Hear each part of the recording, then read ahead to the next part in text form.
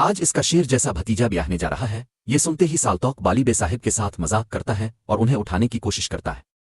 اسی لمحے مصطفیٰ وہاں آتا ہے اور کہتا ہے، حسن کی والدہ آئی ہیں حضور۔ مصطفیٰ کی بات سن کر سالتوق اور بالی بے بہت زیادہ پریشان ہو جاتے ہیں۔ الفادیر سلطان کے پاس کھڑا ایک شخص دستاویز پڑھ رہا ہوتا ہے جس میں لکھا ہوتا ہے، عدل انسان کی روح کا پیمانہ ہے۔ جو اس توازن کے ساتھ حکمرانی کرتا ہے وہ قوم کو سکون بخشتا ہے، مگر عدل بادشاہ کے سائے پر قائم نہیں ہوتا، یہ دانائی اور حق کے نور پر قائم ہوتا ہے۔ اسی لمحے ساروجا وہاں آتا ہے۔ ساروجا کو دیکھ کر سلطان اشارہ کرتے ہیں تو دستاویز پڑھنے والا شخص وہاں سے چلا جاتا ہے۔ ساروجا سلطان سے کہتا ہے، سربراہ معمار ہرستو۔ سلطان، جو ستون اپنی مسجد کی تعمیر کے لیے منگوائے، ہرستو نے ان کی اونچائی اور چوڑائی دونوں کم کر دی، اس نے سب کاٹ ڈالے۔ ساروجا کی بات سن کر سلطان غصے سے پوچھتے ہیں، کیا مطلب ہے تمہارا؟ وہ ایسا کیسے کر سکتا ہے؟ جوابہ ساروجا کہتا ہے، لگتا ہے اس کے یونانی غرور نے اس کے نفس کو غالب کر دیا۔ سلطان غصے میں کھڑے ہو کر پوچھتے ہیں، یہ تم کیا کہہ رہے ہو ساروجا؟ کیا وہ کافر میرے قہر سے نہیں ڈرتا؟ ساروجا کہتا ہے، وہ قسطنطنیہ میں آیا صوفیہ سے عظیم مسجد نہیں دیکھنا چاہتا۔ سلطان یوسف کو بلا کر کہتے ہیں، فوراً میرا گھوڑا تیار کرو۔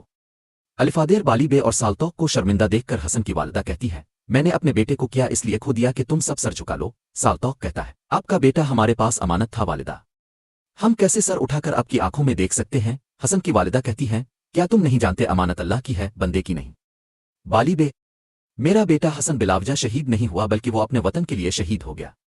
ہم اگر اب ماتم کریں تو ہمارا ایمان کمزور ہے یا ہم پرچم کی عزت و وقار کو بھول گئے ہیں؟ سالتوق، مجھے بتاؤ، میرے جنس نے اس مینار کی طرف کیسے قدم بڑھایا؟ مجھے بتاؤ تاکہ میرا سینہ فخر سے بھر جائے۔ سالتوق کہتا ہے، میرے بھائی حسن نے قسم کھائی تھی کہ اس مینار پر پرچم گاڑے گا۔ خدا کی قسم، اس نے اپنا وعدہ پورا کیا۔ والدہ، میرے شیر دل نے جب پرچم گرنے لگا تو اس کو تھام لیا۔ حسن نے پرچم کو زمین کو چھونے نہ دیا، کوئی کافر اسے روک نہیں سکا۔ والدہ، کاش اب دیکھتی، میں نے اسے پرچم کے پاس پایا، ایسا لگتا تھا جیسے اس نے پرچم مینار پر نہیں بلکہ آسمان پر گاڑا ہو۔ اپنے ایسا شیر جنا ہے کہ ہم سب اس پر نازاں ہیں۔ والدہ، ہم جو نہ کر سکے وہ اس نے کر دکھایا۔ حسن کی والدہ نم آنکھوں کے ساتھ پوچھتی ہے، حسن کو کیا خوف آیا ہوگا؟ کیا وہ جدائی سے ڈرا ہوگا؟ سالتوق پوچھتا ہے، ماں، یہ کیسا سوال ہے؟ میں نے ہزاروں شہید دیکھے، واللہ ایسا کبھی نہیں دیکھا۔ کاش اب اس کا چہرہ دیکھ پاتی۔ میرے بھائی کے چہرے پر وقار تھا اور آنکھوں میں ایک اور جہان۔ یہ بتاتے ہی سالتوق کی آنکھوں سے آنسو بہ پڑتے ہیں۔ حسن کی والدہ کہتی ہے، مجھے حسن کی قبر پر لے چلو۔ دوسری طرف سلطان شدید غصے میں اس مقام پر پہنچ جاتے ہیں جہاں ہرستو کی قیادت میں تعمیرات کا کام جاری ہوتا ہے۔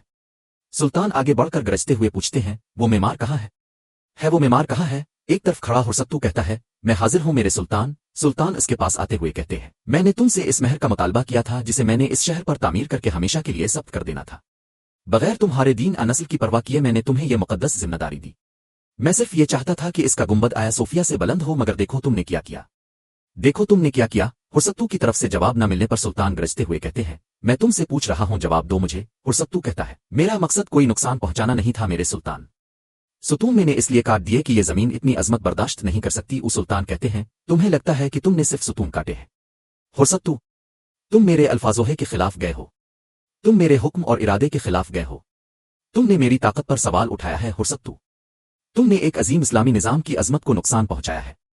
کیا میں نے نہیں کہا تھا کہ اس مسجد کی عمارت آیا صوفیہ سے بڑی ہونی چاہیے؟ ہرستو کہتا ہے، میں جانتا ہوں کہ آپ کس طرح کی عظمت اور بلندی چاہتے تھے، مگر یہ زمین ان ستونوں کا بوجھ برداشت نہیں کر سکتی۔ سلطان کہتے ہیں کہ اب بھی میری مخالفت کر رہے ہو یہ غافل۔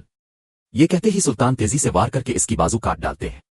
ہرستو درد اور تکلیف کی وجہ سے زور زور سے چلانے لگ جاتا ہے۔ وہاں موجود سب لوگوں پر سکتہ طاری ہو جاتا ہے اور سلطان گرجتے ہوئے کہتے ہیں، ہر کسی کے لیے یہ عبرت کا نشان ہے۔ یہ کہتے ہی سلطان شدید غصے میں وہاں سے چلے جاتے ہیں۔ الفادیر حسن کی والدہ باقی لوگوں کے ساتھ حسن کی قبر پر جاتی ہے۔ سالتوق، بالی بے اور مصطفیٰ وہاں کھڑے ہو کر دعا مانگتے ہیں اور حسن کی والدہ بہت دکھی ہوتے ہوئے قبر پر بیٹھ جاتی ہے۔ پھر کہتی ہیں، میرے پیارے بیٹے حسن، تم شہادت حاصل کرنا چاہتے تھے اور حاصل کر لی۔ تم ان برجوں پر لہرانے والے پرچم بن گئے۔ حسن کی طرف سے لہرایا گیا پرچم مسلسل قسطنطنیہ کی دیوار پر لہرا رہا ہوتا ہے۔ حسن کی والدہ مزید کہتی ہیں، ان برجوں پر صرف 3 ہلال پرچم ہی نہیں لہرائے گا بلکہ تمہارا نام اور تمہاری کہانی بھی صدیوں تک زندہ رہے گی۔ حسن، تم نے اس وعدے کے لیے اپنی جان دے دی جو تم نے مجھ سے کیا تھا۔ پھر روتے ہوئے کہتی ہے، تم نے اپنا وعدہ نبھایا، تم نے اپنی قسم بالکل نہیں توڑی۔ حسن، پرچم تم نے لہرایا اور اب میں اپنی دعاؤں سے اسے سر بلند کروں گی۔ اب سے نہ میں کالا رنگ پہنوں گی، نہ ماتم کروں گی، نہ روؤں گی۔ یہ میرے لیے جشن منانے کا وقت ہے۔ حسن، اگر مجھ پر تمہارا کوئی حق ہے تو میں تم پر اپنا حق حلال کرتی ہوں۔ حسن کی والدہ کو غمگین دیکھ کر سالتوق بالی بے صاحب اور مصطفیٰ بھی بہت غمگین ہو جاتے ہیں۔ ناظرین، اس کے ساتھ ہی قسط کا اختتام ہوتا ہے۔ امید کرتے ہیں آپ کو ویڈیو پسند آئے گی۔ ویڈیو پسند آئے تو ویڈیو کو لائک کریں، چینل کو سبسکرائب کریں اور بیل آئیکن پر لازمی کلک کریں۔ ملتے ہیں انشاءاللہ اگلی ویڈیو میں۔ اللہ نگہبان۔